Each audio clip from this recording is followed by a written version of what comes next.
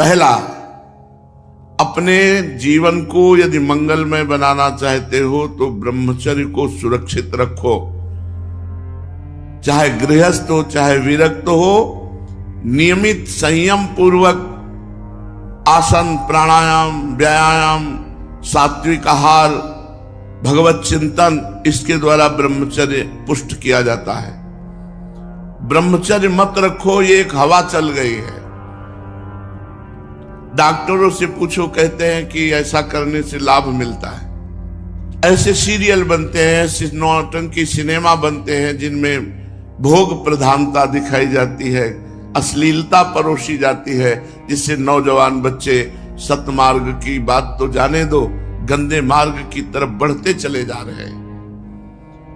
ब्रह्मचर्य बहुत आवश्यक है, जीवन है, सर्वस्व है। जहां तक हो सके भगवान का आश्रय लेकर इसे बचाओ तो तुम्हारा जीवन स्वस्थ, स्मृतिवान और प्रसन्नता, जिधर चाहोगे उधर उन्नति प्राप्त हो जाएगी। दूसरी बात, भोग विलासिता केवल लक्ष्य बन गया है, इंद्रियों का भोग। मनमानी देखने को मिले, मनमानी सुनने को मिले, मनमानी भोगने को मिले, मनमानी बोलने को मिले, बस मनमानी। हर इंद्री का मना खष्टान इंद्रियाणि प्रकृति स्थान कर सती। मन और 5 ज्ञान इंद्रियां ये केवल प्रकृति के भोग में ही लगी। भोग विलासिता बढ़ती चली जा रही है। भक्त और भगवान की निंदा करना बहुत बड़ा अपराध है, लेकिन मलिन बुद्धि होने के कारण वो एक क्षण में जान ही नहीं पाते और वैष्णव अपराध कर देते हैं, भगवान की निंदा करते हैं। जो उन्नति के साधन है उनका तो त्याग किए हुए हैं, तो कहां से इनके तेज आवे, शांति आवे, प्रसन्नता आवे। जो इन असत बातों को छोड़ देगा और सत मार्ग में चलेगा वही उन्नतिशील होगा, लौकिक और पारलौकिक भी। देखो ना, लोग रुपए को थूक लगा के गिनते हैं, अपवित्र। अब वही रुपया सबके हाथों में जाएगा और वही ठाकुर जी के चरणों में जाएगा, अपराध नहीं बन रहा। लोग ऐसे, पहले धर्म पुस्तकों की पूजा हुआ करती थी, धर्म ग्रंथों की। अब लोग पन्ना पलटते हैं तो थूक लगा के पलटते हैं, बड़ा अपराध है। अगर पेज पलटना है और नहीं पलट रहा है तो आप जल का प्रयोग करो, थोड़ा जल रख लो और उसका प्रयोग कर लो, नहीं तो धीरे से आराम से पन्ना खोल, थूक लगाने की जरूरत नहीं, इससे अपराध बनता है। रुपए में भी थूक लगाने की जरूरत नहीं। देखो जो ऐसे किए, ऐसे किए, ये नोट गिनने की सामग्री है क्या यहाँ, ऐसे किए, बस ऐसे गिन रहे। तो ना रुपए को थूक से गिनो और ना किसी ग्रंथ को ऐसे, नहीं पन्ना खुला मुंह में ऐसे लगाया ऐसे। भोजन का बहुत बड़ा असर पड़ता है जीवन में। मुझे एक बार स्वामी मौजानंद जी महाराज मिले तो उनके साथ 8-10 साधु और थे। वो एक गांव में से गुजर रहे थे तो एक भक्त ने आकर के प्रार्थना की कि महाराज आज सब यहीं रुको और भोजन पाओ। महाराज सब संतों ने भोजन पाया, सब संतों का मन बिगड़ गया, गंदे विचार आने लगे, गंदी भावनाएं, और सबको स्वप्न दोष हो गया। सुबह हुआ सब एक दूसरे से, तो महात्माओं को जब स्वप्न दोष हुआ सब एक दूसरे से वार्ता की, तो भोजन पवाने वाले को बुलाया गया और उससे पूछा गया कि तुम्हें महात्माओं की शपथ है, सच बताओ क्या संकल्प किया था। तो उसने बताया कि महाराज मेरे संतान नहीं, मैं काम भाव से युक्त होकर संतान की लालसा से आप महात्माओं को भोजन, इसे सबको स्वप्न दोष हुआ, सबके मन गंदे हुए। जब इतने एक भोजन का ये प्रभाव तो तुम गंदा भोजन रोज करते हो, तुम्हारी दुर्दशा मन की क्या होगी। ये जो तमाकू पीते हैं, तमाकू खाते हैं, एक आए थे डॉक्टर, उन्होंने कहा कि ये जो मसाला है ये कैंसर कर ही देगा, वो इसके डॉक्टर थे, उन्होंने कहा कीड़े पड़े हुए हम निकालते हैं मुंह से, सूजन हो जाती है, उसमें कीड़े पड़ जाते हैं, सड़ जाते हैं, काहे को जीवन बर्बाद करोगे। बाबा कह रहे हैं जो तंबाकू है ये घोर तमोगुणी है, इससे बुरी चीज समझ लो तुम्हारी बुद्धि को खराब करने वाली और क्या हो सकती है। ये घोर तमोगुण है, इसे मत खाओ। जो इस तंबाकू का सेवन करते हैं, जो मसाला का सेवन करते हैं, अब सोचो तंबाकू मसाला के लिए महात्मा जन मना करते, फिर आप शराब पियोगे, इंजेक्शन वाला नशा करोगे, ड्रग्स करोगे, क्या तुम्हारे जीवन की स्थिति रहेगी।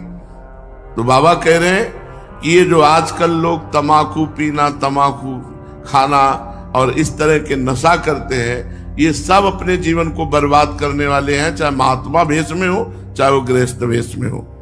आजकल लोगों को देखो, ऊपर से तो सफाई किए रहते हैं और मन बड़ा मलिन रहता है इन लोगों का, ऊपर से बहुत सफाई किए रहते हैं। मेरे विचार से इनके खान पान, इनके आचरण गंदे हैं, इसीलिए इनका मन मलिन रहता, ऊपर से सफाई रखते हैं। पवित्रता नहीं रह गई, सुंदरता सजाने वाली रह गई, पवित्रता नहीं रह गई। कपड़े साफ मिलेंगे लेकिन अपवित्र होंगे, पवित्रता नहीं रह गई है, स्वच्छता दिखाई देती है। सनातन जो हमारा धर्म है ये पवित्रता स्थापित करता है, विचार पवित्र, शरीर पवित्र, क्रियाएं पवित्र, वाणी पवित्र, दृष्टि पवित्र, सनातन पवित्रता में स्थित है। देखो ये चिलम पीने वालों को देखो, एक मुंह से चिलम पिया, फिर दूसरा उसी से पिया, फिर तीसरा पिया, दसियों उसी से पीते हैं। अपवित्रता, झूठा। ये पवित्रता के बिना भगवत विचार, पवित्रता के बिना सतमार्ग, पवित्रता के बिना शांति नहीं आने वाली। जो भगवान का अपने को भक्त कहता है, बीड़ी पीता है, सिगरेट पीता है, हुक्का पीता है, सुल्फा लगाता है, तंबाकू खाता है, भांग खाता है, हम कभी नहीं मानते कि वो भक्त है। पूज्य जुड़िया बाबा, हम कभी नहीं मानते कि वो भक्त है। भक्त हो करके बीड़ी पीता है, हुक्का पीता है, सिगरेट पीता है, सुल्फा लगाता है, तंबाकू खाता है, भांग खाता है, कभी भक्त हम नहीं मानते उसे। जो भक्त होगा पहली बात भगवान को अर्पित किए बिना कुछ खाएगा नहीं, तो अर्पित करेगा ये सुल्फा, सिगरेट, बीड़ी। अपने भगवान को जो अर्पण नहीं किया जा सकता वो नहीं खाना चाहिए भक्त को। और ज्ञानी के लिए सब कुछ मिथ्या है, फिर वो नशा क्यों करेगा। तो ये जो नशा करने वाले लोग हैं ना ज्ञानी है ना भगत है। धूम्रपान निश्चय, जिसके मुख से धूम्रपान होता है, ना कभी नाम सिद्ध हो सकता है, ना कभी मंत्र सिद्ध हो सकता है, ना वो सिद्ध हो सकता है। पक्की बात समझो। बहुत बड़े महापुरुष जुड़िया बाबा हैं, इनकी बातें समाज के लिए परम मंगलकारी हैं। अब ये सुनाई भी नहीं जाती। जो ये महान महान पुरुषों के वचन है सब गुप्त होकर के रखे हुए, तो बड़ी कृपा है कि अपने को कथन श्रवण का सौभाग्य मिल रहा है। मैंने एक कपड़े की दुकान में देखा कि एक आदमी गद्दी पर बैठा हुआ बीड़ी सिगरेट पी रहा है। बताओ भला ऐसे लोगों के पास लक्ष्मी ठहरेंगी। अरे गद्दी में बैठने के पहले गद्दी की पूजा की जाती है, गणेश जी की पूजा की जाती है, श्री जी की पूजा की जाती है। गद्दी में बैठकर हुक्का बीड़ी या जूठा थोड़ी किया जाता है, तब जाकर के लक्ष्मी आती है। रसोई पवित्र, गद्दी पवित्र, तब अरे पवित्रता से ही भगवान का वैभव आता है। पहले सब लोग सर्वप्रथम गणेश जी की पूजा करते, सरस्वती की आराधना करते, तो उनकी स्मरण शक्ति बढ़ती थी, उनकी रिद्धियां सिद्धियां आती थी। अब कौन सुबह उठकर भगवान का नाम जप करना, पूजा पाठ करना, बिरला कोई नहीं। अब तो सुबह होती कहाँ है, सुबह तो नींद में होती है। अब ऐसा अभ्यास बनता जा रहा है समाज का कि 9 बजे सुबह मानते हैं, 9 बजे, कोई कोई 11 बजे। क्या जीवन है, क्या जीवन है। भुवन भास्कर उधर हो गए, सुबह से कोई मंगल आचरण नहीं हुआ और आप 9-10 बजे उठे, चाय पिए, फिर वही मनुष्य जीवन की दुर्गति वाले आचरण। जो सनातन धर्मावलंबी है उसे शास्त्र के अनुसार चलना चाहिए। अगर शास्त्र के अनुसार नहीं चलोगे तो तुम अपने धर्म को धारण नहीं कर सकते। जो धर्म को धारण नहीं कर सकता वो दुर्गति को प्राप्त होता है। ऐसे दिखाएंगे, छो मत, हम बहुत पवित्र हैं, और अंदर से गंदी बातें चिंतन कर रहे हो, अंदर से गंदे चिंतन को तुम नहीं त्याग सकते हो।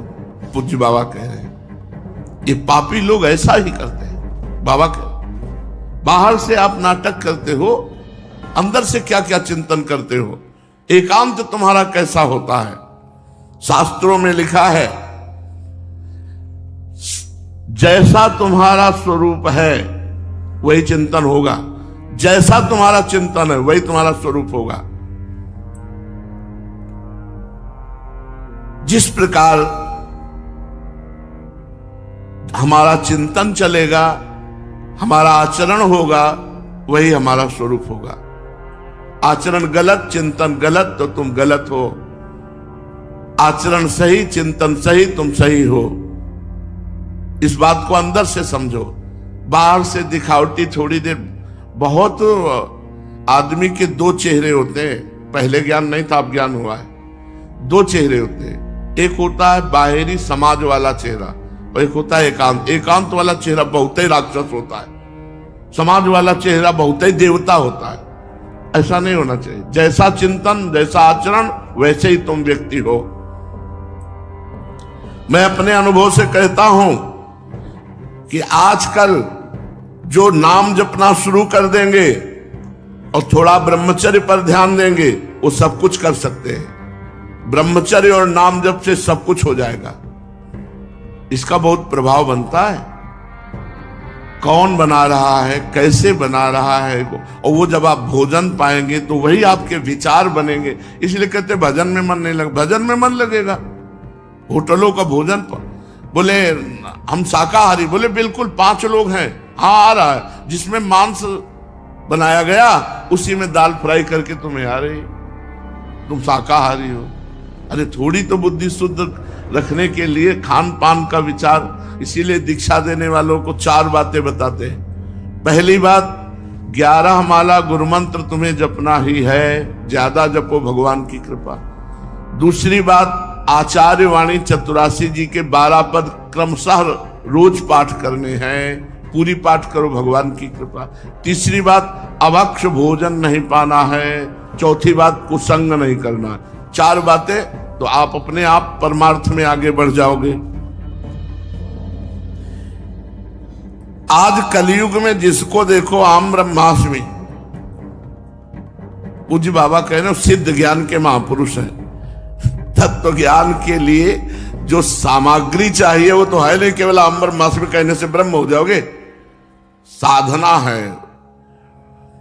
तत्व ज्ञान की कलयुग में ऐसे आचरण करते हुए आशा रखना मूर्खता है। एक भाई आए थे, मार ब्रह्म ज्ञान की ब्रह्मानुभूति तक अभी 2 ही 3, हमारे पास तो भगवान की कृपा ज्यादातर ब्रह्म ज्ञान और भगवत प्राप्त महापुरुष ही आते हैं, ज्यादातर ऐसे ही आते हैं। तो उनका भाई कुछ नहीं, अभी ककारा नहीं आता परमार्थ का तुम्हें। श्लोक पे श्लोक को बार फेंके जा रहे थे। उनका भाई तुम्हें ब्रह्म ज्ञान की तो बात जाने दो, परमार्थ का ककारा नहीं आता। हम कहा हमारी तरफ देख के बोलो, सही बात कह रहे ना? बोले जी। श्लोक याद कर लेने से थोड़ी ब्रह्म ज्ञान हो जाता है। भाई हमें श्लोक याद नहीं है, लेकिन ब्रह्म ज्ञान के मार्ग में चल करके ब्रह्मज्ञानी महापुरुषों की चरण धूलि का प्रसाद मिला है, तो उससे पता चल जाता है।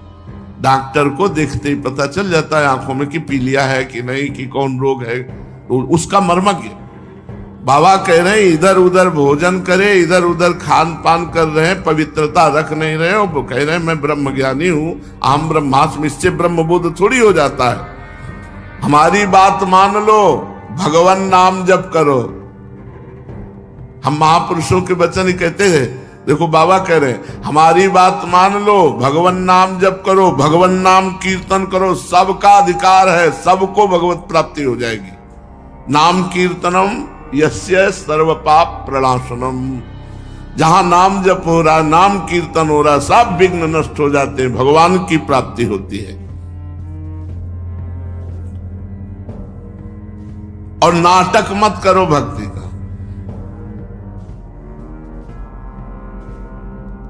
आजकल नाटक भी भक्ति के बहुत दिखाई देते हैं। अरे भाई, वशिष्ठ जी, विश्वामित्र जी, ये सब नई सृष्टि रचने वाले महात्मा थे, वही किए जो सिद्धांत के अनुसार। इसलिए महापुरुषों के वचन सुनो, नाटक में मत फंसो। कहीं किसी जंतुर में, कहीं किसी के छूछा में कुछ। अगर दूसरे के कर कमल देख करके, रेखा देखकर उसे करोड़पति बना सकते हो, महाराज एक बार अपनी रेखा देख लो लौट के, और उसको तो बनाओ। बिना भगवान नाम जप के, बिना भगवान नाम कीर्तन के, इन आडंबरों से कुछ नहीं होने वाला। एक ब्रजवासी कोई हस्तरेखा देखने वाले होंगे, तो यही जब प्रकाश प्रवचन गए तो उन्होंने कहा, मैं बहुत गुस्सा आपके ऊपर आई थी। कहा नहीं चाहिए, आपकी दुकान बंद हो जाएगी, तो इस बात से आना चाहिए। बोले फिर बाद में सत्संग सुना तो आप पे श्रद्धा हो गई, तो हम आपके दर्शन करने आए। हम किसी का अहित नहीं कर रहे हैं, लेकिन हमको इस बात का प्रकाश करना होगा कि हमारा सनातन धर्म क्या है, हमारे शास्त्र क्या है। नहीं तो जिसको जो मन में आ रहा है, जो मन में आ रहा है वैसा करता चला। मनमानी शास्त्र के अनुसार नहीं चलने वाले लोग ये पाखंडी होते हैं। शास्त्र के अनुसार चलो, तब बात मानी जाएगी, जो महापुरुषों ने कहा है। और कहीं शास्त्र में अगर आपको दुख निवृत्ति करनी है तो आप शास्त्रीय पद्धति से अनुष्ठान करो। गायत्री मंत्र का अनुष्ठान करवाओ, श्रीमद् भागवत का अनुष्ठान करवाओ, महामृत्युंजय का अनुष्ठान करवाओ, अन्य मंत्रों का अनुष्ठान करवाओ, वेदज्ञों के द्वारा बैठाल कर पवित्र। और देखो, आपका अनुष्ठान पूर्ण होते ही आपकी कामना पूर्ण हो जाएगी, आपके रोग में फर्क पड़ जाएगा। मृत्युंजय जप करके देखो, करवाओ आप। ये पवित्र अनुष्ठानों का शास्त्रों में वर्णन पाया गया है। व्रतों का, अनुष्ठानों का, तपस्या का, तीर्थयाटन का, इसका फल पाया गया। ये सब नौटंकी नाटक से, छूछा से कुछ नहीं होता, कुछ नहीं। हमारी बात मान लीजिए, कुछ नहीं है, केवल मन का एक भ्रम है। अगर छूछा से होता तो वशिष्ठ जी जैसे छूछा करने वालों में कमी नहीं होती। कह रहे, सुनो भरत भावी प्रबल, बिलख कहो मुनिनाथ, हान लाभ जीवन मरण, जस अपजस विधिहान। बड़े बड़े विचित्र विचित्र नाटक हो रहे हैं। कलावा की दुकान जिसके है, उसको तो अमंगल हो ही नहीं सकता यदि इतना कलावा बांधने से। कलावा में जब कोई वेदज्ञ मंत्र के द्वारा उसको बांधता है, तब उसमें होता है। वेदज्ञ जो पवित्र आचरण करने वाला, त्रिकाल संध्या करने वाला, मंत्र जाप करने वाला, वो जब अपने हाथ में लेकर मंत्र पढ़ते हुए, तो उसका कुछ प्रभाव होता है। बाबा कह रहे हैं कि भक्ति में भी नाटक मत करो। मुख्य पार्षद श्री गौरांग देव जी के श्री हरिदास जी महाराज, जो यवन कुल में प्रकट हुए थे, जब काजी उनके ऊपर कोड़ों की मार लगा रहा था, तो यही बोले क्या, हरि बोल, हरि बोल, हरि बोल। सत्यता में कोड़े खा रहे हो, हरि के सिवा कोई नाम नहीं ले रहे। एक बार भी हरि से नहीं कह रहे कि मुझे बचा लो। रक्त की धाराएं निकल रही है और प्रेमोन्मत्त होकर नाम कीर्तन कर रहे। भक्ति में नाटक नहीं चलता, कसौटी होती है। महाप्रभु जी ठाकुर हरिदास जी को दौड़ करके प्रेम आलिंगन करते थे, और वो दूर हटने की कोशिश करते कि प्रभु मैं नीच हूं, मैं अधम हूं। तो चैतन्य महाप्रभु कहते, तुम्हारे स्पर्श से मेरी देह पावन हो जाती। हरिदास जी से कहते। तो अपने भक्ति को इस कोटि में लाओ कि अगर हमारे ऊपर कसौटी कसी जाए माया की, तो हम उसमें खरे उतरे। नाटक नहीं भक्ति में होना चाहिए। सनातन परमात्मा का नाम है और सब परमात्मा के अंश है, इसलिए सब सनातन है। पूज्य बाबा कह रहे हैं। इसलिए विवेकानंद जी, लोकमान्य तिलक आदि, अभी के वर्तमान के बड़े बड़े जनों ने सनातन की महिमा को दिखाया है जाकर, देश विदेश सब जगह, कि सनातन क्या वस्तु है। हमारे यहां भोग नहीं, हमारे यहां योग प्रधान है। भोग प्रधान देश तो और है, हमारा योग प्रधान, धर्म प्रधान देश है। इसलिए भारतवर्ष के लोग परम वंदनीय है जो धर्माचरण करते हुए योग मार्ग का अनुसरण करते हैं। आजकल जिसे देखो सब भ्रष्ट होते चले जा रहे हैं, बाबा कहे, क्योंकि सब प्रमादी हो रहे हैं, सब भोग प्रवृत्ति वाले हो रहे हैं। जिसके घर में जिसके हाथ से जहां जैसे मिले बस केवल भोग, कोई मतलब नहीं रह गया। धर्म मर्यादा इसका कोई मतलब नहीं रह गया।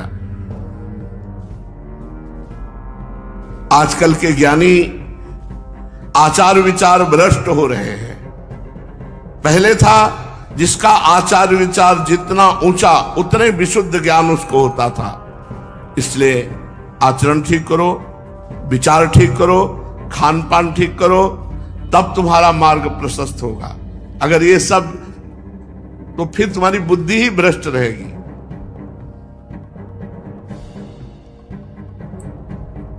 भगवान कहते हैं अविद्या का त्याग करके विद्या को स्वीकार करो। यही अविद्या है। जो मनमानी आचरण, बस एक शब्द में समझ लो, मनमानी आचरण ही अविद्या है और शास्त्र आज्ञा के अनुसार चलना ही विद्या है। कोई संध्या उपासना करने के लिए तैयार नहीं है, कोई भगवत पूजन ब्रह्म मुहूर्त में करने के लिए तैयार नहीं है। कितने बड़े बड़े महाभागवत हो गए हैं जिन्होंने त्रिकाल संध्या की है। बहुत बड़ा प्रभाव पड़ता है संध्या से, बहुत बड़ा प्रभाव पड़ता है। आज सबकी बुद्धि इसीलिए भ्रष्ट होती चली जा रही। भुवन भास्कर को कितने लोग नमस्कार करते, कितने लोग अर्घ्य दान करते हैं। गायत्री जप का इतना बड़ा महत्व है कि आप जो चाहें उससे प्राप्त कर सकते हैं। गायत्री मंत्र में बड़ी सामर्थ्य है। बिना कोई मंत्र जप करे शास्त्रों का अर्थ समझ जाएगा। आजकल जिसको देखो प्रवचन करता बनता है। पूज्य बाबा कह रहे, स्वयं मंत्रानुष्ठान नहीं तो शास्त्रों के शब्दों का अर्थ समझ जाओगे। पहले 8 वर्ष के अवस्था से ही ये संस्कार डाले जाते हैं, यज्ञोपवीत, त्रिकाल संध्या, गायत्री जप, तब वो जाकर के शास्त्रों को समझते थे।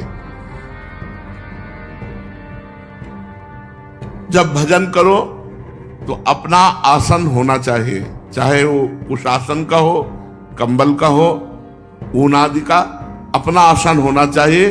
क्योंकि वो एक आसन बराबर जिस पे बैठा जाता है उसमें भजन के परमाणु हो जाते हैं। तो आपका मन कितना भी विक्षिप्त हो, जब उस आसन पर जाकर बैठोगे तो समाधिस्थ होने लगेगा। शरीर में 2 प्रकार के परमाणु होते हैं, एक उन्नति प्रदान करने वाले शुद्ध, एक अवनति प्रदान करने वाले अशुद्ध। जो जितेंद्री नहीं है, जिसका मन भगवान में नहीं लग रहा है, उसको कभी आसन पे नहीं बैठना चाहिए। नहीं, अशुद्ध परमाणु एकत्रित होंगे, आसन में बैठते ही मन चंचल हो जाएगा। जमीन पे बैठो, बिना आसन के बैठो। जब मन एकाग्र होने लगे, भगवत परमाणु बढ़ने लगे, तब आसन पे बैठो। पूज्य बाबा कह रहे हैं महात्मा सदैव अपने आसन में ही रहे, किसी दूसरे के आसन में न बैठे। अगर कभी किसी के गृहस्थ के घर जाना पड़े तो अपना चाहे गमछा ही हो, उसी पर शयन करे, उसी पे बैठे, दूसरे के आसनों पे न बैठे। इससे उसके भजन के परमाणु पुष्ट होते रहेंगे। बिना भजन के कोई भी हो, कहीं भी हो, कल्याण नहीं हो सकता, मंगल नहीं हो सकता। इसलिए खान पान पवित्र रखो, शरीर पवित्र रखो, विचार पवित्र रखो, तो आपका भजन बनेगा। चलते हैं श्रीमद् भागवत महापुराण। प्रसंग चल रहा है, अक्रूर जी और कृतवर्मा ने शतधन्वा को प्रेरित किया। सत्राजित को मार करके वो मणि लेकर के भागा। अक्रूर जी ने कहा, मणि तुम हमें दे दो। भगवान श्री कृष्ण चंद्रजू बलराम जी ने उनका पीछा किया। वो जनकपुरी के पास जाकर उसका घोड़ा गिर गया शतधन्वा का। भगवान ने दौड़कर सुदर्शन चक्र से उसकी गर्दन उतार दी। अब उसके कपड़ों में देखा तो सेमंतक मणि थी नहीं। बलराम जी से कहा, हमने शतधन्वा को तो मार डाला लेकिन इसके पास मणि नहीं। तो बलराम जी ने कहा अब हम यहां आ गए हैं तो विदेहराज जनक से कुछ चर्चा करेंगे, अब आप जाओ। सतधनवा ने कहीं ना कहीं तो स्यमंतक मणि रखी होगी, खोज करो, मैं विदेहराज से मिल करके फिर आऊंगा, क्योंकि मेरे बहुत प्रिय मित्र हैं। परीक्षित यह कहकर यदुवंश शिरोमणि बलराम जी मिथिला नगरी में चले गए। जब मिथिला नरेश ने देखा कि पूजनीय बलराम जी महाराज पधारे हैं, तब उनका हृदय आनंद से भर गया। उन्होंने झटपट आसन से उठकर दिव्य सामग्रियों से बलराम जी का पूजन किया। इसके बाद बलराम जी कई वर्ष तक मिथिलापुरी में रहे, क्योंकि परम ज्ञानी मिथिला नरेश से सदैव सत्संग होता रहता। महात्मा जनक ने बड़े प्रेम और सम्मान से बलराम जी को रखा। कई वर्ष तक बलराम जी मिथिला में रहे। बहुत समय के बाद धृतराष्ट्र के पुत्र दुर्योधन ने बलराम जी से गदा युद्ध की शिक्षा ग्रहण करने के लिए उनको गुरु रूप में वर्ण किया। अब अपनी प्रिया सत्यभामा का प्रिय कार्य करके सतधन्वा को मार करके भगवान श्री कृष्ण द्वारिकापुरी लौट आए और समाचार सुना दिया कि सतधन्वा मारा गया, लेकिन स्यमंतक मणि उसके पास नहीं मिली। इसके बाद सत्राजित की अंत्येष्टि क्रिया करवाई। अंत्येष्टि क्रिया करने से जो प्राणी शरीर छोड़कर जाता है उसकी उन्नति होती है, करना चाहिए सबको। जैसे अब आजकल शार्ट कट हर जगह होने लगा, नहीं 13 दिन तक कर्मकांड होते हैं।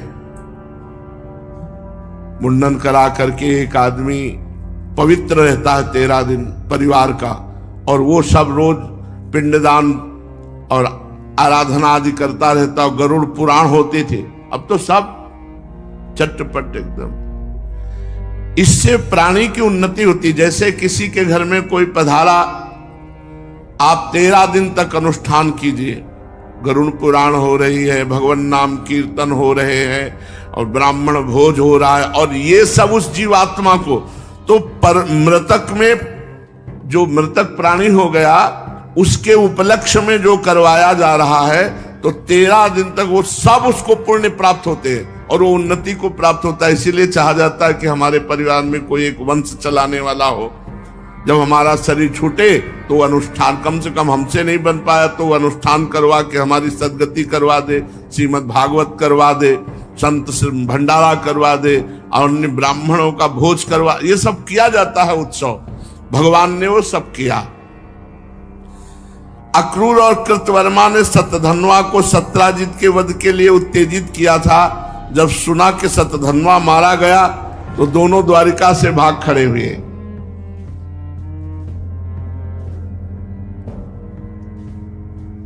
बड़ा विचित्र खेल है। अक्रूर जी महाराज इतने बड़े भगत स्यमंतक मणि लेके भाग खड़े हुए। भगवान ने पूछवाया कि अक्रूर जी कहा, तो बोले पता ही नहीं, द्वारिका में तो है नहीं। गुप्त दूत लगाए गए तो पता चला काशी में यज्ञ बड़ी बड़ी कर रहे हैं, यज्ञ भोक्ता भगवान को छोड़कर। अक्रूर जी को बुलवाया, भगवान ने खूब स्वागत सत्कार किया और मीठी मीठी प्रेम की बातें की, और मुस्कुराते हुए अक्रूर जी से कहा, चाचा जी इस समय बहुत दान धर्म कर रहे हो, हमें मालूम है कि स्यमंतक मणि आपके पास है, 8 भार सोना रोज देती थी। आप जानते हैं कि सत्राजित के कोई पुत्र नहीं, सत्यभामा नाम की उनकी लड़की हमें ब्याही गई है, तो उनका तिलांजलि दान सत्यभामा के पुत्र ही करेंगे, इसलिए वही उत्तराधिकारी होते हैं। तो स्यमंतक मणि आप दिखा दीजिए, सत्यभामा को दे दीजिए। स्यमंतक मणि तो सत्यभामा उनके पुत्रों को मिलनी चाहिए, पर मैं वही आपके पास ही रखूंगा, आप दिखा दो कि आपके पास है। चाचा जी आप बड़े व्रतनिष्ठ हैं, पवित्र आत्मा है,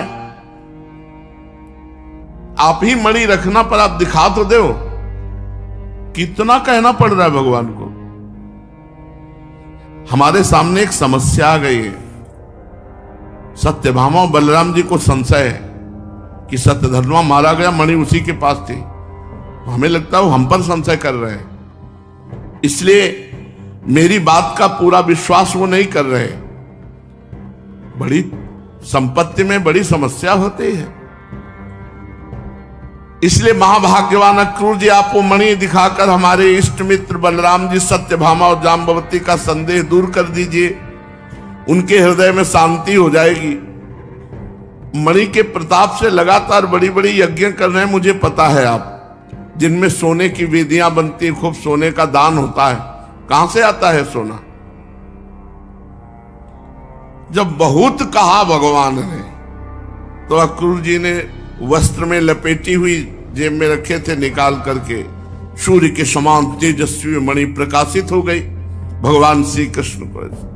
भगवान श्री कृष्ण ने बुलाया सत्यभामा को, जाम्बवती को, और बुला करके सबको दिखाया कि ये मणि देखो अक्रूर जी के पास थी। फिर कहा अक्रूर जी से कि आप मणि रख लो। ये जो समंतक मणि का प्रसंग सुनेगा, श्री कृष्ण भगवान के पराक्रम से परिपूर्ण आख्यान सुनेगा, उसको जीवन में कभी कलंक नहीं लगेगा और उसके जो भी पाप और अपराध हैं वो सब नष्ट हो जाएंगे।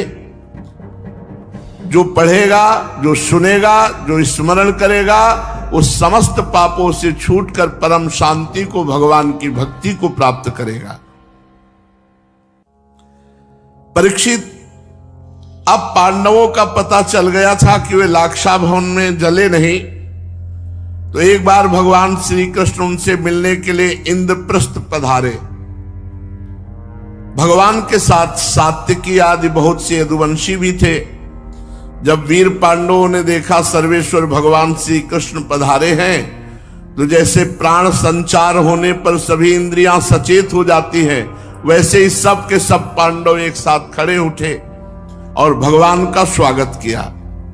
कोई भगवान का आलिंगन कर रहा है, कोई भगवान के पैर छू रहा है, अपनी अवस्था के अनुसार। भगवान की प्रेम भरी मुस्कुराहट से सुशोभित मुख सुषमा को देखकर पांडव आनंद मगन हो गए। भगवान श्री कृष्ण ने युधिष्ठिर और भीमसेन के चरण छुए, क्योंकि ये बड़े थे। अर्जुन को हृदय से लगाया। नकुल सहदेव ने भगवान के चरण छुए। जब भगवान श्री कृष्ण श्रेष्ठ सिंहासन पर विराजमान हो गए, तब परम सुंदरी श्याम वर्णा द्रौपदी, जो अभी नवविवाहिता होने के कारण तनिक लज्जा से युक्त थी, धीरे धीरे भगवान के पास आई और श्री कृष्ण के चरणों में प्रणाम किया।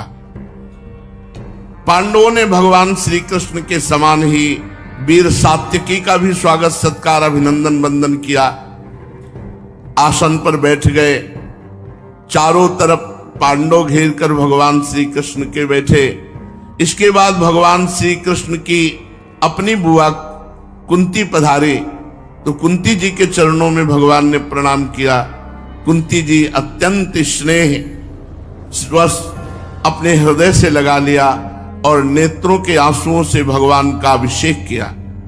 कुंती जी ने श्री कृष्ण से अपने भाई बंधुओं का कुशल क्षेम पूछा। भगवान ने भी उनका यथोचित उत्तर देकर उनकी पुत्र वधू द्रौपदी और स्वयं उनका कुशल मंगल पूछा। उस समय प्रेम की विभलता से कुंती जी का गला रुंध गया, नेत्रों से आंसू बहने लगे। भगवान के पूछने पर उन्हें अपने पहले के क्लेश पर क्लेश याद आने लगे और बहुत संभाल कर, जिनका दर्शन समस्त क्लेशों का अंत करने के लिए हुआ, उन भगवान श्री कृष्ण से कहा। कुंती जी ने कहा, श्री कृष्ण, जिस समय तुमने हम लोगों को अपना कुटुंबी संबंधी समझकर स्मरण किया, तभी से हमारा कुशल मंगल हो गया। जब से अक्रूर जी को भेजा, उसी समय से हम अनाथ सनाथ हो गए। मैं जानती हूं कि तुम संपूर्ण जगत के परम हितैषी सुहृद और आत्मा हो। ये अपना है और ये पराया है, इस प्रकार की भ्रांति हे श्री कृष्ण तुम्हारे अंदर नहीं है। ऐसा होने पर भी हे श्री कृष्ण, जो सदा तुम्हें स्मरण करते हैं, उनके हृदय में आकर तुम बैठ जाते हो और उनकी क्लेश परंपरा को सदा के लिए मिटा देते हो। युधिष्ठिर जी ने कहा, हे सर्वेश्वर श्री कृष्ण, हमें इस बात का पता नहीं कि हमने अपने पूर्व जन्म में या इस जन्म में कौन सा तपस्या साधन किया, क्योंकि आपका दर्शन तो बड़े बड़े योगेश्वर भी बड़ी कठिनाई से प्राप्त कर पाते हैं और हम कुबुद्धियों को घर बैठे आपका दर्शन हो रहा है। राजा युधिष्ठिर ने इस प्रकार भगवान की विनय की, खूब सम्मान किया और भगवान से कुछ दिन वहीं रहने की प्रार्थना की। भगवान श्री कृष्ण इंद्रप्रस्थ के नर नारियों को अपनी रूप माधुरी से नयनानंद का दान करते हुए 4 महीनों तक वहां सुखपूर्वक रहे। जब रह रहे थे तो उन्हीं दिनों में एक बार वीर शिरोमणि अर्जुन ने गांडीव धनुष और अक्षय बाण वाले 2 तरकस लिए और भगवान श्री कृष्ण के साथ कवच पहन करके रथ पर सवार हुए, जिस पर कपिध्वज वानर चिन्ह की ध्वजा लगी हुई है। विपक्षी वीरों का नाश करने वाले अर्जुन गहन वन में शिकार खेलने के लिए गए, जो बहुत ही हिंसक सिंह बाघ आदि भयंकर जानवरों से भरा हुआ था। उनमें से यज्ञ के योग्य जो पशु थे उनको उन्होंने शिकार किए। अब वो प्यास लगने पर यमुना जी के किनारे गए और भगवान श्री कृष्ण अर्जुन दोनों यमुना जी में हाथ प्रक्षालन करके निर्मल जल पिया, और जब जल पीकर खड़े होकर वापस हुए तो देखा एक दूर में तपस्या कर रही थी एक कन्या। इतनी श्रेष्ठ सुंदरी थी वो कि मुख देखते ही भगवान श्री कृष्ण लुभायमान हो गए। अपने प्रिय मित्र श्री कृष्ण के भेजने पर अर्जुन ने जाकर पूछा, सुंदरी तुम कौन हो? यमुना के पावन तट पर किसके लिए तपस्या कर रहे हो? क्या चाहती हो? किसकी पुत्री हो? मैं ऐसा समझता हूं तुम्हारी तपस्या का उद्देश्य योग्य पति ही होगा। हे कल्याणी, तुम अपना सारा परिचय दो। तो उस कन्या ने कहा, मैं भगवान सूर्यदेव की पुत्री हूं। मैं सर्वश्रेष्ठ वरदानी भगवान श्री कृष्ण को पति के रूप में प्राप्त करना चाहती हूं, इसीलिए यहां कठोर तपस्या कर रही हूं। वीर अर्जुन, मैं लक्ष्मी के परम आश्रय भगवान को छोड़कर और किसी को अपना पति नहीं बना सकती। अनाथों के एकमात्र सहारे प्रेम वितरण करने वाले भगवान श्री कृष्ण मुझ पर प्रसन्न हो। मेरा नाम कालिंदी है, यमुना में मैं निवास करती हूं। भगवान का दर्शन होगा इसलिए मैं यहां तपस्या कर रही हूं। अर्जुन ने जाकर भगवान श्री कृष्ण से सारी बातें कही। वो तो पहले से ही सब कुछ जानते थे। अब उन्होंने कालिंदी जी को कहा कि तुम्हारी तपस्या पूर्ण हुई, आओ हमारे साथ रथ में बैठो, और फिर धर्मराज युधिष्ठिर के पास ले आए। इसके बाद पांडवों की प्रार्थना से और यमुना जी ये चतुर्थ पतरानी हुई। सबसे पहले श्री रुक्मिणी जी, फिर जाम्बवती जी, फिर सत्यभामा जी, फिर कालिंदी जी, 4 भगवान की पटरानियां भी हुई। अब भगवान श्री कृष्ण पांडवों के रहने के लिए एक अत्यंत अद्भुत और विचित्र नगर विश्वकर्मा के द्वारा बनवा दिया।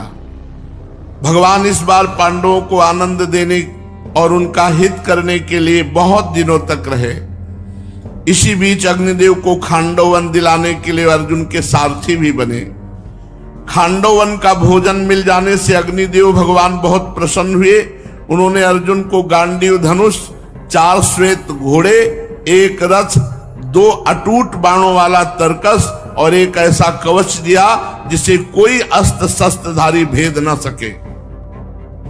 खांडव दाह के समय अर्जुन ने मैदानों को जलने से बचा लिया था, इसलिए उसने अर्जुन से मित्रता कर ली और एक ऐसी सभा बनाई जो बड़ी अद्भुत थी। जहां जल भरा था वहां लग रहा था भूमि है, और जहां भूमि जैसा लग रहा था वहां जल भरा था।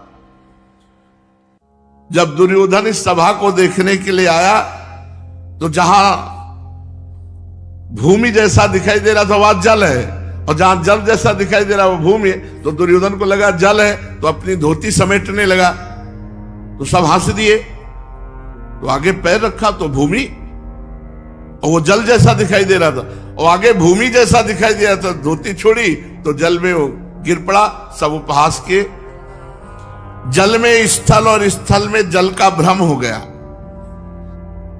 और इसी हंसी का कुप्रभाव पड़ा। युधिष्ठिर महाराज ने कहा बहुत बुरा हुआ, बहुत अभिमानी दुर्योधन, इसका उपहास कर दिया गया, अभी अनिष्ट करेगा, अमंगल करेगा। कुछ दिनों के बाद भगवान वहां कुछ दिन तक रहे, फिर अर्जुन आदि से अनुमति लेकर सात्यकी के साथ द्वारिका लौट आए, और वहां आकर ठीक नक्षत्र ग्रह और ज्योतिष के अनुसार कालिंदी जी से विवाह किया, पाणिक ग्रहण किया। उनके स्वजन संबंधियों को परम मंगल और परमानंद की प्राप्ति हुई। अब पांचवी पटरानी। उज्जैन देश के राजा थे विंद और अनुविंद। वे दुर्योधन के वशवर्ती, दुर्योधन के मित्र और अनुयायी थे। उनकी बहन का नाम था मित्रविंदा। ये पांचवी भगवान की अष्टपट रानियों में है मित्रविंदा जी। वहां स्वयंवर हो रहा था, और मित्रविंदा जी अंदर से चाहती थी कि भगवान श्री कृष्ण आवे और हमें अपनी पत्नी के रूप में स्वीकार करें। भगवान का नाम लेकर हृदय में आनंद रखते हुए जैसे प्रभु रखो वैसे मैं रहूंगा। अब जोई जोई प्यारो करे सोई मोहि भावे। एक होता है कि भगवान अब तो हम असमर्थ है, तुम सहाओगे तो सहना ही पड़ेगा, और एक है भावे, जोई जोई प्यारो करे सोई मोहि भावे। मुझे अच्छा लगता है, तेरा किया मीठा लागे, ये बहुत बड़ी बात है। मोहि भावे, मुझे वही अच्छा लगता है जब आप विधान कर देते हो। दुख का विधान है तो बहुत सुख है दुख में, क्योंकि मेरे प्रीतम के द्वारा दिया हुआ है। मुझे दूसरों के द्वारा सुख दिया हुआ नहीं चाहिए, प्रीतम के द्वारा दिया हुआ दुख बहुत सुख देने वाला है। इसमें मेरे प्रीतम की स्मृति है, इस दुख में मेरे प्रीतम की सहमति है, इस दुख में मेरे प्रीतम की इच्छा है। बस प्रीतम की इच्छा का पालन करना ही हमारी भक्ति है। ज्यों ज्यों राखत हो त्यों त्यों रहियत हो हरि। श्रीपाद प्रबोधानंद जी महाराज कह रहे हैं, स्वकर्म स्रोतो भी शततमपि तश्चालित ममुम प्रभो जीवम यत्र क्वचिदपि नयात्यंत विवशम परंत्वेतावन में भवतु भव दुखार्दित हृदो व्यविश्रांतम वृंदावन पद परैवास्तु रसना। हे प्रभु, हमारे जैसे कर्म हैं, उन कर्मों के अनुसार मैं बहा बहा जहां भी जाऊं, कर्म प्रवाह में पड़कर जहां जहां बहता हुआ जाऊं, भले मैं दुख से युक्त रहूं, पर आपसे प्रार्थना है कि मेरी जिह्वा राधा राधा, शिव वृंदावन शिव वृंदावन, श्यामा श्याम श्यामा श्याम ऐसा उच्चारण करती रहे। मेरा हृदय इसी में आह्लादित रहे। कर्म के अनुसार मैं जहां जहां जाऊं, भले दुख भोगूं, पर मेरी जिह्वा में राधा नाम हो, वृंदावन धाम हो, श्यामा श्याम हो, और बस मैं इसी बात में आनंदित रहूं। इस बात का मुझे सुख रहे कि भगवत स्मरण चल रहा है। ये खास बात है। कैसी भी दुख की परिस्थिति हो, कहीं भी देश देशांतर में हम रह रहे हो, यदि राधा राधा श्यामा श्याम श्यामा श्याम ऐसा नाम चल रहा है तो हमारा जीवन धन्य है। हम इसी में विश्राम माने, और यही विश्राम स्थिति है। भगवान का स्मरण चल रहा, ये सबसे बड़ी विश्राम स्थिति है। भगवान का विस्मरण हो गया तो चाहे हम परम धाम में हैं, तो हमें भगवत विस्मरण है तो क्या लाभ मिल रहा है। इसलिए वृंदावन बस गए इतनो बड़ो सयान, जुगल चरण के भजन बिन निमिष न दी जय जान। अगर वृंदावन धाम का अखंडवास मिल गया तो प्रयासरत रहो, प्रयत्न करो कि एक क्षण भी, एक श्वास भी प्रिया प्रीतम का स्मरण न छूटे। यही बात मांग रहे हैं कि मेरी पूर्ण प्रार्थना है, कर्म के प्रवाह में पड़कर जहां जहां जाऊं, चाहे जितना दुख भोगूं, पर आपका स्मरण न छूटे, हमारी जिह्वा से धाम नाम ये निरंतर चलता रहे। वृंदावन वृंदावन वृंदावन, राधा राधा राधा, श्यामा श्याम श्यामा श्याम श्यामा श्याम। न सत्याख्ये लोके प्रहयति मनो ब्रह्म पदवी, न वैकुंठे विष्णोरपि मृगयते पार्षद तनुम। परम श्रीमद वृंदावन सरस भावोत्सववतां, निवासे धन्यानां शुभहु क्रमि जन्मानि मृगयते। मेरे मन में ब्रह्मलोक जाने की इच्छा नहीं है, ब्रह्म पदवी परमेष्ठी पद प्राप्त करने की इच्छा नहीं है। मेरे मन में वैकुंठ जाने की इच्छा नहीं है, भगवान वैकुंठ का पार्षद बनने की इच्छा नहीं है, किंतु मेरे मन में एक अभिलाषा है कि मैं रसमय भाव में डूबा हुआ श्री वृंदावन धाम में किसी नाली का कीड़ा बन जाऊं। ये देखो, मुझे ब्रह्मा की पदवी नहीं चाहिए, सत्य लोक में परमेष्ठी पद। वैकुंठ का मुझे भगवत पार्षद स्वरूप नहीं चाहिए कि वैकुंठ मिल गया और मैं भागवत स्वरूप हो गया। जय विजय की जहां सेवा है वहीं मैं भी विराजमान रहूं, मुझे नहीं चाहिए। तो क्या चाहते हैं? मैं रसमय भाव में भरे हुए वृंदावन में किसी भगत की नाली का कीड़ा बन जाऊं। ऐसा भाग्यवान जो प्रिया प्रीतम के चिंतन में मगन है, उसकी नाली का कीड़ा बन जाऊं। क्या मिलेगा इससे? उसकी जूठन मिलेगी, उसका चरणामृत मिलेगा। जब नहाएगा तो चरणामृत मिलेगा, और जब थूकेगा, जूठे पात्र धोएगा तो उच्छिष्ट मिलेगा।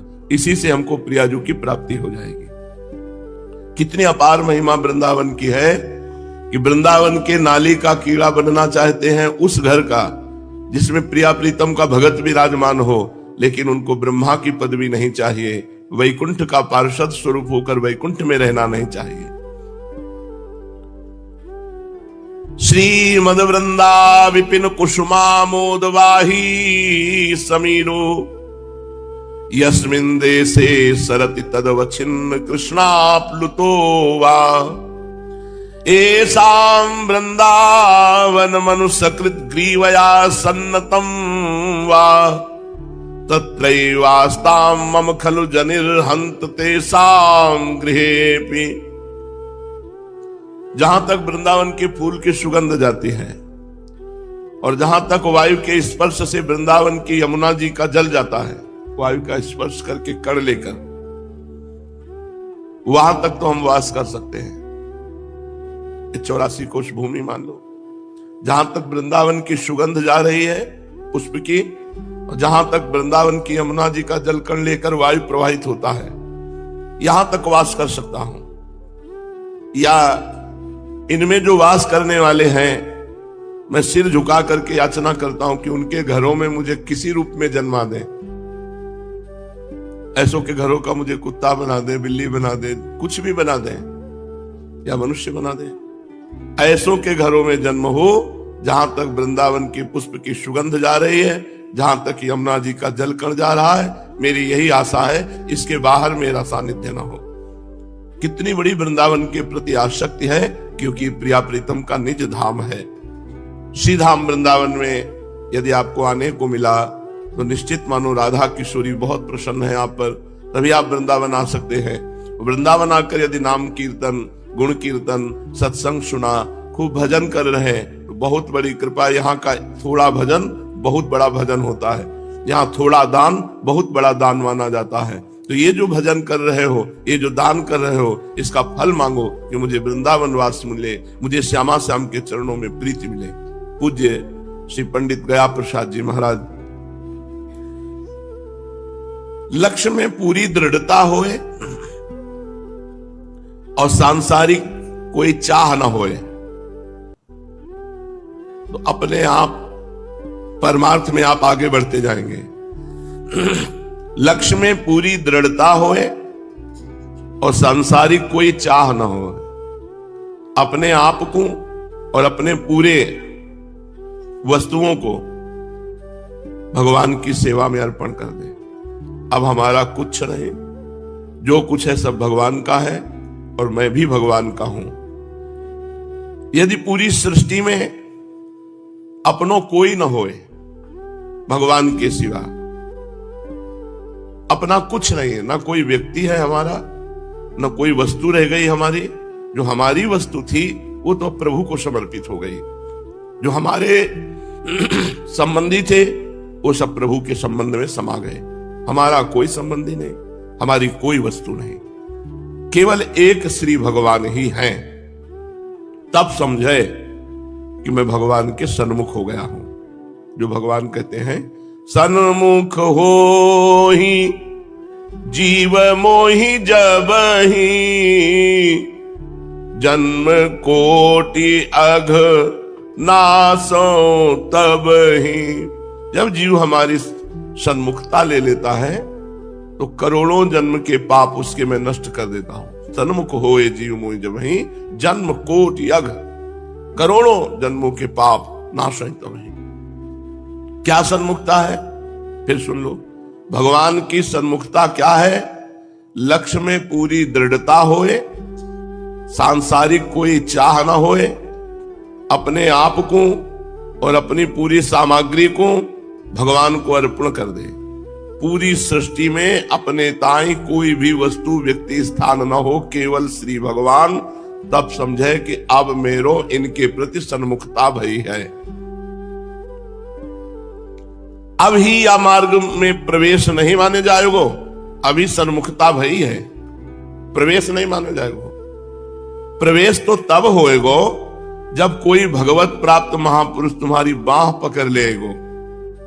हाँ, ऐसी स्थिति जब बनेगी कि पूर्ण समर्पण और कोई महापुरुष तुम्हारी हाथ पकड़ लिया, तब प्रभु तुम चिंता ना करो, काहू न काहू संत के पास तुम्हें भेज देंगे, या काहू न काहू महापुरुष आके तुम्हारी बाह पकड़ लेगो।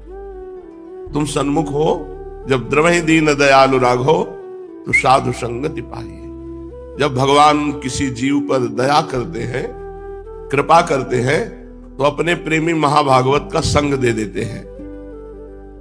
तब प्रभु काहू ना काहू संत को वाजीव की बाह पकड़े भेज दे हैं, और संत के मिलते ही जीव अपने जीवन धन प्रभु सो मिलवे को तड़पे। तब संत वा की बाह पकड़ के अपने प्रीतम की ओर लेके भाग पड़े है। वह स्थिति में बड़ी द्रुत गति से जीव को अध्यात्म मार्ग तय हो जाए, और वो संत गुरुदेव वा जीव को प्राणनाथ की परम सुखद गोद में जाए के बैठाए दे, जहां जाए के सबरी वासनाएं, सबरी उपासनाएं समाप्त हो जाती है। तो जो साधन करे पूर्ण लगन सो करे, आलस्य उपेक्षा एवं प्रमाद न छुई जाए, तो साधना फलीभूत होए। साधना का फलीभूत होए? किसी महापुरुष संत का सानिध्य प्राप्त हो जाए। कोई बीच में कामना न बने, भोग वासना न बढ़े, बड़ी सादगी सो जीवन रखे। जहां ताई विलासिता वहां उपासना ना आए। अब जैसे विरक्त हो गए, अब मार सुगंधित तेल और कंघाव, सोने की चैन और अंगूठी और कड़ाव, ये देह भाव काय को पुष्ट कर रहे हैं। एक कपड़ा दो कपड़ा से शरीर ढक लो, अपने संप्रदाय के अनुसार तिलक रचना कर लो, बस हो गया। शरीर के प्रति ज्यादा आसक्ति रखना, अपनी उपासना को चौपट करना है। जब हम विरक्त हो गए तो शरीर से विरक्त हो गए, संसार से विरक्त हो गए। अब भगवान जैसे इस शरीर को चाहे रखे, गुरु ने जो कपड़े दिए हैं तन ढकने के लिए, बस उतने की जरूरत, इसके अलावा कोई नहीं। तो शरीर की विलासिता से बचे। अगर शरीर को आप सजाओगे, शरीर को अच्छे अच्छे कपड़े और खूब श्रृंगारित, रजोगुण बढ़ेगा। रजोगुण रागात्मक होता है, रजोगुण से काम बढ़ता है, काम से वासनाओं की भीड़ लग जाती है और दुर्गति हो जाती है जीव की। सादा आहार करे, सादा वस्त्र पहने, और जहां स्थान पे रहे सादा रहे। एक बार राधा केलकुंज के संतों की रहनी देखने के लिए हर कमरे में गए। एक चटाई पड़ी हुई है, करवा रखा हुआ है, ऐसा लगता है कि स्टेशन का हो सब, ये नहीं मारी गद्दा और तकिया और सब नहीं। हर साधक के कमरे में चटाई पड़ी हुई है। कैसे गर्मी का समय एक चटाई पड़ी हुई है, अपने अपने कमरे सब बंद। बहुत सुंदर भगवान की कृपा है जो आप लोग प्रपंच रहित हो, आप लोग भंडारा नहीं खाते हो जाके, आप लोग एकांत सेवन कर रहे हो, बस ऐसे ही चुपचाप चलते रहो, किसी की तरफ मत देखो। धीरे धीरे धीरे धीरे आप भगवान के नजदीक पहुंच रहे हैं। प्रियालाल कृपा दृष्टि से आपको देख रहे हैं, आप निहाल हो जाओगे। चुपचाप ऐसे चलते रहो। बीच में जो प्रलोभन आते हैं, बीच में जो विक्षेप आता है, उसे सह जाओ। प्रलोभन भोगों का, विक्षेप वासनाओं का, चुपचाप सह जाओ। रोज का रोज हमारी आयु क्षीण हो रही, रोज रोज हम प्रभु के नजदीक पहुंच रहे हैं, ऐसा भाव सोचो। क्यों? आप चलो भी नहीं तो भी आप प्रभु के नजदीक पहुंच रहे हैं। श्री हरिवंश प्रताप नाम नौका निज खेवक, भव सागर सुख तरत निकट हरिवंश जो सेवक। हरिवंश प्रताप रूपी नौका में हम बैठ गए, शरणागत है। अब नाम जब कर ले हम, यही पतवार है और खेवैया गुरुदेव हैं। हमें तो केवल बैठना है इस नाव पे। हरिवंश शरणागत होकर इस नाव पे बैठ जाना। बैठना क्या है? नाम जप करना। हरिवंश नाम बिसरे न छिन, श्री हरिवंश सहाय भल। हरिवंश भरोसे भय निडर, सुनित गरजत हरिवंश बल। नाम जप न छूटे। नाम जप करने का मतलब है हम नौका पे बैठे हैं और श्री जी तक हरिवंश प्रताप रूपी नौका पहुंचाने के लिए स्वयं हरिवंश रूपी गुरु खेवैया है, वो खे के हमें पार कर रहे हैं। सादा आहार करे, सादा वस्त्र पहने, सादा स्थान में रहे और अपने को कभू संत न माने। कभू संत सबको मान दे, स्वयं अमानी रहे। अपने को त्यागी, बैरागी, तपस्वी, ज्ञानी, भजनानंदी, प्रेमी न माने कि मैं बहुत त्यागी हूं, मैं बैरागी नहीं। सबके चरणों में झुको, सबही मान प्रद आप अमानी। दिखाईबे के ताई कोई साधना न करे। कुछ साधनाएं दिखाने के लिए होती हैं। अगर आप एकांत में भजन करते हो तो आपका कोई दिखावापन ना हो। बोले 12 वर्ष से अमुक चीज नहीं खाएंगे, 12 वर्ष खड़े हैं, ये सब बाहरी बातें हैं। हाथ की सार्थकता है ठाकुर सेवा करो, जबान की सार्थकता है नाम कीर्तन करो, भगवान की लीला कथा गाओ। एक एक अंग सार्थक कर लो भगवान से जोड़ करके। संसारी प्राणीन के साथ व्यवहार पल मात्र को न रहे। ये जो भगवान से विमुख विषयी पुरुष है, इनसे पल मात्र का भी व्यवहार न रहे, इनसे हमारा कोई संबंध न रहे। बड़े छली कपटी गंदे परमाणु वाले, दूर से भगवत भाव करो, इनसे मित्रता मत करो। इनके रोम रोम में विषय भरा हुआ है, अगर ये छू गए तो तुम्हारा परमार्थ ले जाएंगे। वृंदावन के वास को जिनके नाहि हुलास, तिनको परस न कीजिए, तज ध्रुव तिनको पास। छूने तक के लिए मना किया गया है। तो एक पल हूं मात्र को व्यवहार संसारी प्राणी नुसो न होए, जो भोगी पुरुष है। आसक्ति कहूं न हो न पावे, साथ ही सब यही समझे कि हमसे बड़ा प्रेम करे हैं। व्यवहार ऐसो रखो कि सब समझे हमसे बड़ा प्रेम करे हैं और काहू से नहीं। सबके प्यारे सबसो न्यारे, ऐसी रहनी रहिए। साधु कैसा? बोले सबके प्यारे और सबसे न्यारे, ऐसी रहनी रहिए। सर्वथा मिटानो है व्यर्थत्व। समय हमारा नष्ट न होने पावे, एक एक मिनट भगवान में व्यतीत हो। स्वभाव अति उत्तम बने, सतत यही करनो है, यही कहनो है, यही सुननो है, यही विचारनो है कि हमारो समय व्यर्थ न जाए। हर समय हम भगवान की एक एक वृत्ति भक्ति में जोड़े। भगवान की भक्ति में एक एक वृत्ति हमारी, नेत्र, वाणी, नासिका, जिह्वा, हाथ, पैर, शरीर, मन, बुद्धि, चित्त, अहंकार, सब भगवान में जोड़े। ये 5 बातें साधु बनाए दे हैं। पहली, विश्व में कोई हूं शत्रु न रह जाए। जिससे द्वेष हो उसको अपनी तरफ से प्रणाम करो, मना लो, उससे द्वेष न करो। मना के अलग हो जाओ, खूब प्रेम दिखाओ, बिल्कुल अलग हो जाओ। द्वेष जिससे हो, जहां दिखाई दे राधे श्याम श्री हरिवंश प्रणाम, वो बोले ना बोले, अपना द्वेष खत्म कर दो। दूसरा, पहला कि विश्व में एक हूं शत्रु न रह जाए। स्वभाव अति उत्तम बने। बात करने के पहले नाम उच्चारण होता है, वही भक्त है। जहां जवान राधा, अब बात करो, बीच में बोलो राधा, तो जब बात समाप्त हो तो जय जय श्री राधे, ये भक्त का लक्षण है। अगर आप फोन से भी बात कर रहे हो तो हलो नहीं निकलना चाहिए। श्री हरिवंश, चाहे जिससे बात करें, श्री हरिवंश, राधे राधे। अब बात शुरू करो। स्वभाव अति उत्तम बने, हंसी बोले बहुमान दे। जब श्री हरिवंश नाम जानी है, तब सब हिनते लघु मानी है। हंसी बोले बहुमान दे। जब तुम नाम का महिमा प्रभाव जानोगे तो सबसे हंसकर मुस्कुराकर बात करना, बड़ा नम्र सहज उत्तम स्वभाव।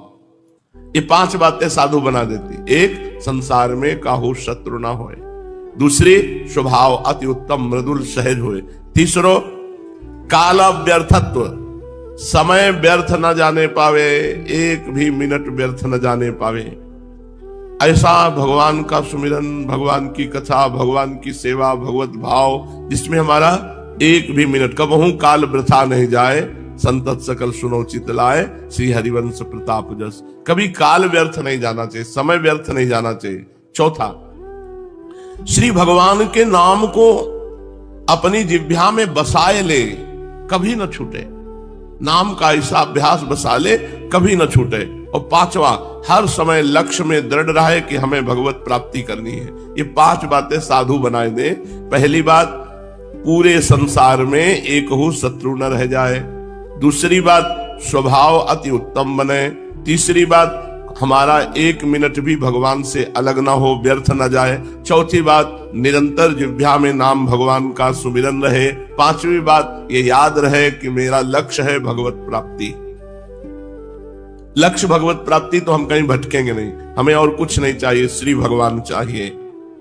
श्रीमद् भागवत महापुराण, भगवान श्री कृष्णचंद्र जी श्री उद्धव जी को उपदेश कर रहे हैं। भगवान श्री कृष्ण कहते हैं, उद्धव जी, ये मनुष्य शरीर मेरे स्वरूप ज्ञान की प्राप्ति का, मेरी प्राप्ति का मुख्य साधन है। इस मनुष्य शरीर को जो पाकर के सच्चे भाव से मेरी प्रेम भरी भक्ति करता है, अंतःकरण में मैं सबके विराजमान हूं। मैं आनंद स्वरूप परमात्मा उसके हृदय में प्रकाशित हो जाता हूं। मनुष्य शरीर मेरे स्वरूप ज्ञान प्राप्ति का, मेरी प्राप्ति का मुख्य साधन है। जो इस मनुष्य शरीर को पाकर सच्चे हृदय से भगवान की भक्ति करता है, तो भगवान कहते मैं सबके हृदय में रहता हूं, मैं हृदय में ही प्रकाशित हो जाता हूं। सबसे पहला भगवत साक्षात्कार हृदय में होता है। जीवों की सभी योनियां, सभी गतियां त्रिगुणमयी है। कोई सतोगुणी योनि, कोई रजोगुणी योनि, कोई तमोगुणी योनि, 84 लाख योनियों में। जब मनुष्य शरीर मिलता है तो इसमें ज्ञान निष्ठा जगाई जाती है, और जो ज्ञान निष्ठ हो जाता है वो सदा के लिए मुक्त हो जाता है। और जो अज्ञानी है तो इन 3 गुणों में फंसा रहता है, सतोगुण, रजोगुण, तमोगुण, और इन्हीं की योनियां हैं। 84 लाख योनियों में, त्रिगुणमयी योनियों में भटकता रहता है। सतोगुण, रजोगुण, तमोगुण जो दिख रहे हैं वे वास्तविक नहीं है, ये माया मात्र हैं। ज्ञान हो जाने के बाद पुरुष इन गुणों के बीच में रहने पर भी, उनके द्वारा व्यवहार करने पर भी उनसे बंधता नहीं है। इसका कारण यह है कि उन गुणों की वास्तविक सत्ता ही नहीं है, वो मायामय है। साधारण लोगों को इस बात का ध्यान रखना चाहिए कि जो लोग केवल जनेंद्री से भोग भोगने में और रसेंद्री से उदर पोषण में लगे हुए हैं, साधकों को ऐसे पुरुषों का संग कभी नहीं करना चाहिए। जो रसेंद्री से अच्छा अच्छा खाना, अच्छे अच्छे सब खा पी के पेट को फुला लेना, और जनेंद्री से भोग करना, नरकगामी होंगे। भेष भगवान की प्राप्ति नहीं कराता, उद्देश्य भगवान की प्राप्ति कराता है। तो साधक को चाहिए कि ऐसे लोगों का संग न करे जो रसेंद्री और जनेंद्री की तृप्ति में केवल लगे, खूब अच्छे अच्छे पदार्थ खाना, स्त्री भोग भोगना। ऐसे असत पुरुषों का संग कभी न करे, क्योंकि ऐसे असत पुरुषों का संग करने से बड़ी दुर्दशा हो जाती है। असत पुरुषों जैसी ही दुर्दशा होती है। जैसे अंधे के सहारे चलने वाले अंधे की, उसी तरह जनेंद्रिय और रसेंद्रिय के भोगों में लगे हुए लोगों से मित्रता करने से ऐसी होती।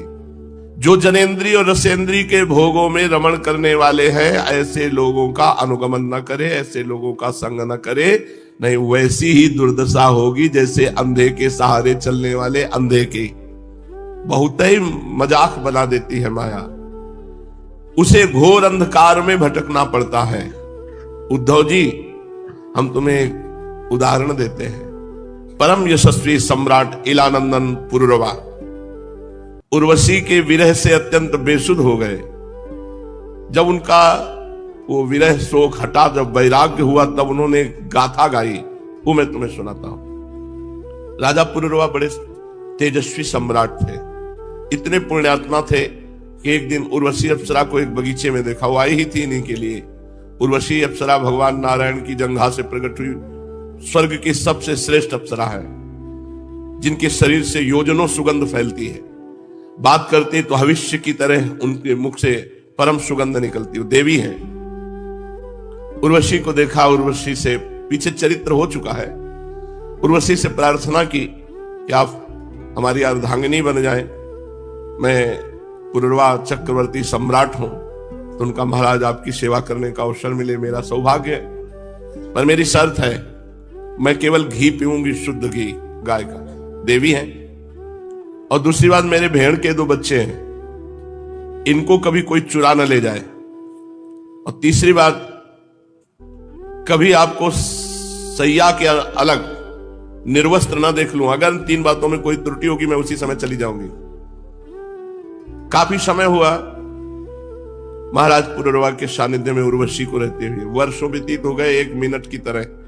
इतना सुंदर संयोग। उर्वशी जी परम सुंदर और परम पवित्र देवी हैं। वो देवराज इंद्र को अच्छा नहीं लगा कि उनकी सभा की अप्सरा किसी मनुष्य के पास इतने दिन तक रहे, तो उन्होंने 2 गंधर्वों को भेजा कि अंतर्ध्यान होकर जाओ और उनके महल में घुस करके उनके बच्चे चुरा लो भेड़ के, और फिर इतना प्रकाश करना जब पुरुरवा भगे कि उसके पूरे शरीर का दर्शन उर्वशी को हो जाए। तो गए, भेड़ के बच्चे को चुराया और लेकर जाने लगे। तो उर्वशी ने कहा, महाराज देखो, मेरे भेड़ के बच्चों को कोई चुरा रहा है। तो वो सैया में ही पड़े थे, एकदम भागे। वैसे तो चमक पड़े हुए, तो गंधर्व थे, तो उनके तेज में दिगंबर देखा, उनको नग्न देखा और भेड़ के बच्चे चुरा ले गए। उर्वशी अंतर्ध्यान हो गई। अब जो महाराज की दशा हुई कि पागल हो गए, वैसे ही नंग धड़ंग घूम रहे, शरीर की शुद्धि नहीं। चक्रवर्ती सम्राट होकर उर्वशी के विरह का बहुत वर्णन है, यहां तक कि वो मृत्यु जनित दुख को प्राप्त। हा उर्वशी, हा उर्वशी। तो जब उनको वैराग्य हुआ, राजा पुरुरवा नग्न होकर पागल की भांति अपने को छोड़कर भागती हुई उर्वशी के पीछे अत्यंत विह्वल होकर दौड़ने लगे और कहने लगे, देवी, ए निष्ठुर हृदय, थोड़ी देर ठहर जा, भाग मत। उर्वशी ने उनका चित्त आकृष्ट कर लिया था और उर्वशी से उनकी अभी तृप्ति नहीं हुई थी। वे क्षुद्र विषयों के सेवन में इतने डूब गए थे कि उन्हें वर्षों की रात्रियां न जाती मालूम पड़ी और न आती। पुरुरवा ने कहा, हाय हाय, भला मेरी मूढ़ता तो देखो। जब वैराग्य हुआ, काम वासना ने मेरे चित्त को कितना कलुषित कर दिया। उर्वशी ने अपनी बाहुओं से मेरा ऐसा गला पकड़ा कि मैंने आयु के न जाने कितने वर्ष खो दिए। ओहो, विस्मृति की भी एक सीमा होती है। हाय हाय, उर्वशी ने मुझे लूट लिया।